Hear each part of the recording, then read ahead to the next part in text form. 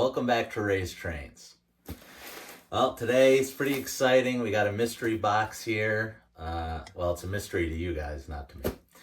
But just want to shout out Gary's O-Scale for hooking me up with this. Gary, you're the man. Thank you very much. I'm very excited to open this and get it hooked up. So let's see what we got, guys. We won't mess around here. And what we've got is a Cab 1L with the base. The set, you guys know, you've been watching my channel, you know I've been using an old iPhone with the app this whole time. Didn't have a remote, never had a Cab 1, never had a Cab 2, and that kind of stopped me from getting the base 3 yet. Obviously, I will be getting the base 3 now that I have this, but eventually. But yeah, this is so cool. This is finally my introduction to actual Legacy and not just using the app.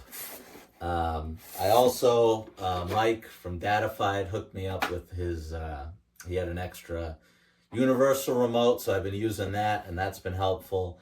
And then I have a DCS remote commander, which I bought off of Corey, and that's been running the couple MTH engines I have.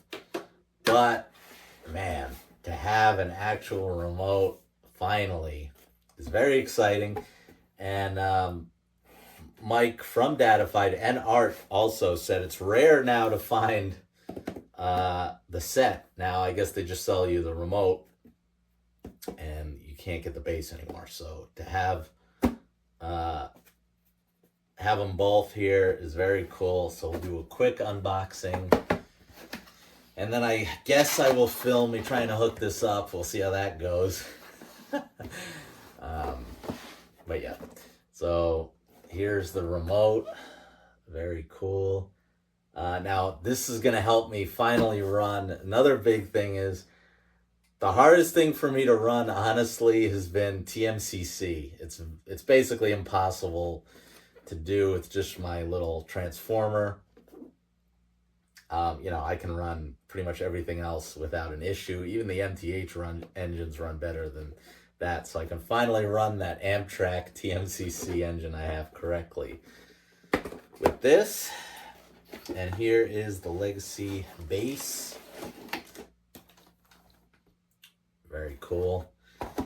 And the instructions, the owner's manual, which I will need to read before hooking this up to make sure I don't blow anything sky high. So I'm going to read on this a little bit, and then I will, I might as well film me hooking this up, guys. So, all right, bear with me, and here we go. All right, we'll do a little unboxing here. Don't know what to expect. I've never opened one of these before. Okay, here's the remote. And here is the base. That's it. I already took out the instructions. So let's check out the base first. Okay. All right. There's the power adapter for it. Here it is.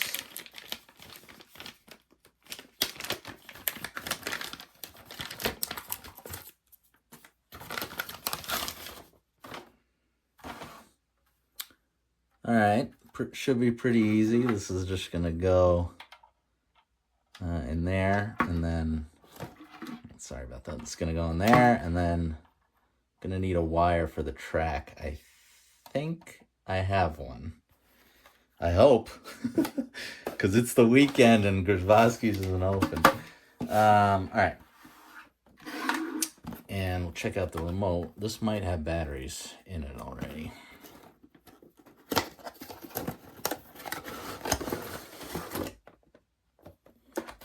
Okay.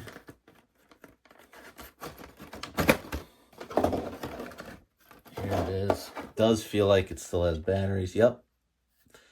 And it's already making noise. So, seems pretty easy, guys. I mean, according to the book, I just plug it in, plug that into the wall, get this to the track, and that should do it. All right, I've talked to my buddy Jeremy, Too Many Hobbies Jeremy, and he actually doesn't have command control, which I think I knew, because his engines are older. But I think it's pretty straightforward here, so I'm going to put my base over here in this corner. Oh, I might put it this way, yeah.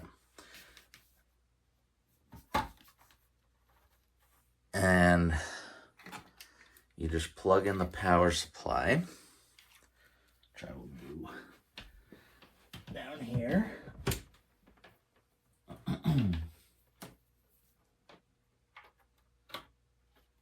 Okay, we've got a green light showing. Turn this way. Okay.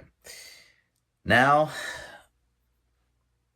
all you should need is a wire going from the track U to my track U on my transformer here. So I will do that. All right, I plugged in the wire. I'm gonna have to clean this up a little bit, but yeah, it was just track U to my track U on my transformer. So let's see what happens. Hopefully something doesn't blow up. Okay, I think it already has done what it's supposed to do, because normally when I would give power to the track, these two would just fire right up immediately. And I heard them click and the lights are on, but it is probably waiting for now commands from the remote to do startups and whatever. So now that I didn't blow anything up over there, I got to read the book on how to program these two locomotives.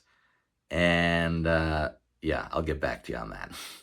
All right, I've read up on this a little. So I set this, took it off run, and turned it to program. So you want to go to engine. You want to assign it a number. And then under here, there's a set. Oh, under here, there was a set button. So I took that off. And it's working. Oh, baby. Okay. So, all right. I'm going to do this one now. So I'm turning this to program. Giving this power. And then same thing here. Engine. And then I just give it a new number. And then set. All right. Well, the only thing, I'll set this back to run. Put this back on. The only problem here is I'm getting a little static. And the volume isn't very loud. I'm not sure what the issue is.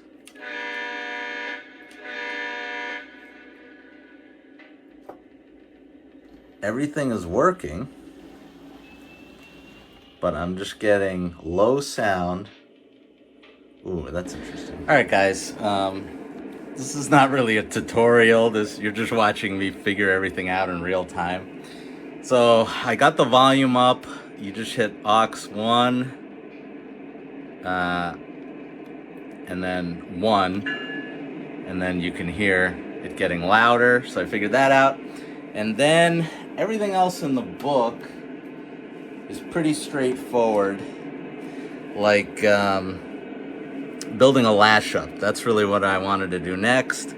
I have both con rails on here together now, and as you saw in a previous video, I did it the fake way using the Lion Chief remote, but as I think Dell and Dackman pointed out, you could tell it wasn't a real lash-up because the lights were on in this one. The forward lights were on in this one. So you could tell it wasn't quite right. So I managed to actually do it. I really won't go through it here because it's pretty boring, but the book just tells you exactly what to do, and it worked.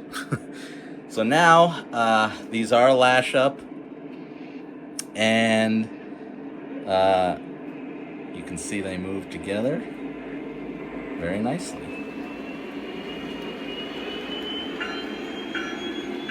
The staticky sound is kind of still there, but not as much when I turned up the volume. So maybe you guys have an idea on that. That was never there when I didn't have the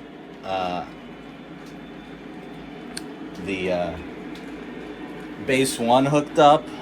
Never happened with the Lion Chief remote. I don't know if I need to like reset the channel on this thing or what, but it's really not bad now that I turned the volume all the way up. So yeah, pretty cool. Everything's working.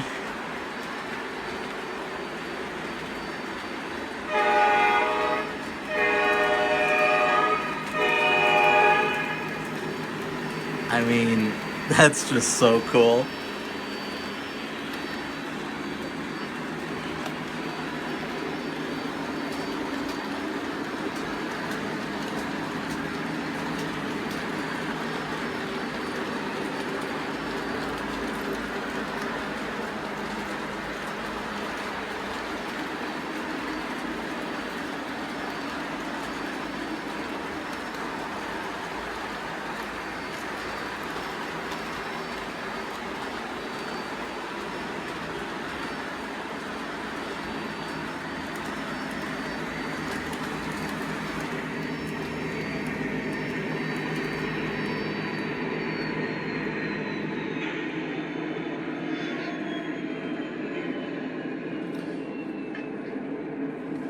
All right, guys, that's about it. Lash ups, getting it hooked up, assigning engine numbers. I got to remember now when I assign all my engines what the numbers are. If I had a base 3, I wouldn't have to do that, but that's coming. So yeah, big shout out to Gary. Thank you so much for hooking me up with this. And yeah, just going to keep playing with it. It is very nice to have a remote to be able to do these kind of, legacy features with it now. And I don't have to mess with the phone while I'm filming. It's just going to make my life a lot easier and give me full access to actually using Legacy. So, yeah, if you guys have any thoughts, put them in the comments. Remember to comment, like, and subscribe. And I will see you guys in the next one.